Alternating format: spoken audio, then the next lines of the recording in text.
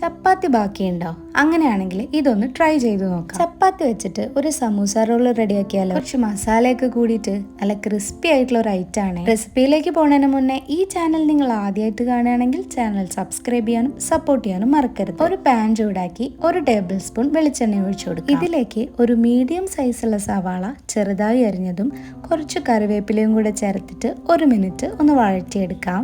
സവാളയുടെ കളറൊക്കെ മാറി വരുന്ന സമയത്ത് 1 ടീസ്പൂൺ മുളക് പൊടി, 1/4 ടീസ്പൂൺ മഞ്ഞൾപ്പൊടി, 1 ടീസ്പൂൺ ഗരം മസാല, 1/2 ടീസ്പൂൺ ഉപ്പും കൂടെ ചേർത്തിട്ട് മസാലയുടെ പച്ചമണം മാറി വരുന്നത് വരെ ഒന്ന് വഴറ്റി കൊടുക്കാം. ഇനി ഇതിലേക്ക് അത്യാവശ്യം സൈസുള്ള ഒരു ഉരുളക്കിഴങ്ങ് നന്നായിട്ട് പുഴുങ്ങി ഉടച്ചതും കൂടെ ചേർത്ത് കൊടുക്കാം. മീഡിയം ഫ്ലെയിമിൽ ഇട്ടിട്ട് എല്ലാം ഒന്ന് നല്ലപോലെ മിക്സ് ആക്കി എടുക്കാം. കിഴങ്ങ് ആ മസാലയിൽ മിക്സ് ആക്കി എടുത്തു കഴിഞ്ഞാൽ ഫ്ലെയിം ഓഫ് ചെയ്യാം. ഇനി നമ്മൾ ഒരു ചപ്പാത്തി എടുത്തിട്ടുണ്ട്. ഇത് റെഡി ടു കുക്ക് ചപ്പാത്തിയാണേ. നിങ്ങൾക്ക് വേണമെങ്കിൽ വീട്ടിൽ ഉണ്ടാക്കിയത് തന്നെ യൂസ് ചെയ്യാവുന്നതാണ് കേട്ടോ. അതായിരിക്കും ഏറ്റവും ബെറ്റർ. ഇനി നമ്മൾ ഉണ്ടാക്കി വെച്ചിട്ടുള്ള മസാല ഇതിൻ്റെ മുകളിലേക്ക് ഇട്ട് കൊടുക്കുകയാണ്. എന്നിട്ട് എല്ലാ ഭാഗത്തും ആവുന്നത് പോലെ നമുക്കൊരു സ്പൂൺ വെച്ചിട്ട് ഒന്ന് പരത്തി കൊടുക്കാം. എല്ലാ വശത്തും ഒരുപോലെ മസാല ആയി കഴിഞ്ഞാൽ ഇനി നമുക്ക് ഒരു കത്തി വെച്ചിട്ട് ഇതുപോലെ കട്ട് ചെയ്തെടുക്കാം. എല്ലാ പീസസും ഒരു ട്രയാങ്കിൾ ഷേപ്പിലാണ് എടുക്കുന്നത്. അപ്പോൾ നമുക്കിതാ പീസ് കട്ട് ചെയ്യില്ല, അതുപോലെ ഓരോ ചെറിയ പീസാക്കിയിട്ട് നമുക്ക് കട്ട് ചെയ്തെടുക്കാം.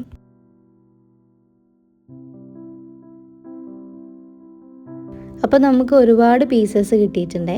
ഇനി ഇതുപോലെ ജസ്റ്റ് ഒന്ന് റോൾ ചെയ്തെടുക്കാം. അപ്പോൾ നല്ല അടിപൊളിയായിട്ട് ഈ ഒരു ഷേപ്പിൽ കിട്ടിയിട്ടുണ്ട്. ഇങ്ങനെ ഓരോ പീസും നമുക്കൊന്ന് റോൾ ചെയ്തെടുക്കാം.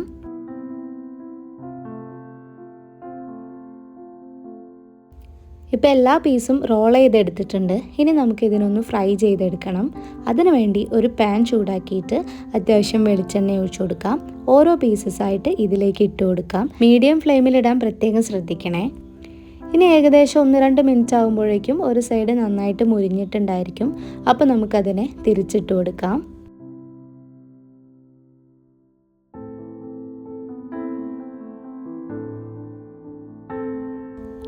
ഇപ്പോൾ 2 സൈഡും നന്നായിട്ട് ഫ്രൈ ആയി വന്നിട്ടുണ്ട്. ഇനി നമുക്കിതിനെ വെളിച്ചെണ്ണയിൽ നിന്ന് കോരിയെടുക്കാം. ഇനി ചൂടോടെ തന്നെ ഒരു പ്ലേറ്റിലേക്ക് മാറ്റാം. ഇനി ചൂടോടെ തന്നെ എടുത്ത് കഴിക്കാവുന്നതാണ്. നിങ്ങൾക്ക് ഇഷ്ടപ്പെട്ട സോസിൻ്റെ കൂടെ ടിപ്പ് ചെയ്ത് കഴിക്കാം. ചൂടോടെ തന്നെ കഴിക്കുമ്പോഴാണ് നല്ല അടിപൊളി ടേസ്റ്റ്. അപ്പോൾ വളരെ സിമ്പിളായിട്ട് വളരെ കുറച്ച് ഇൻഗ്രീഡിയൻസ് വെച്ചിട്ട് ഉണ്ടാക്കാൻ പറ്റുന്ന ഒരു അടിപൊളി സ്നാക്സ് ആണ്. എല്ലാവരും ഒന്ന് ട്രൈ ചെയ്ത് നോക്കുക. ഇഷ്ടപ്പെട്ടാൽ കമൻറ്റ് ചെയ്യുക. അതുപോലെ തന്നെ ചാനൽ സബ്സ്ക്രൈബ് ചെയ്യാനും സപ്പോർട്ട് ചെയ്യാനും മറക്കരുത്. പുതിയൊരു റെസിപ്പി ആയിട്ട് നെക്സ്റ്റ് വീഡിയോയിൽ കാണാം. ബൈ.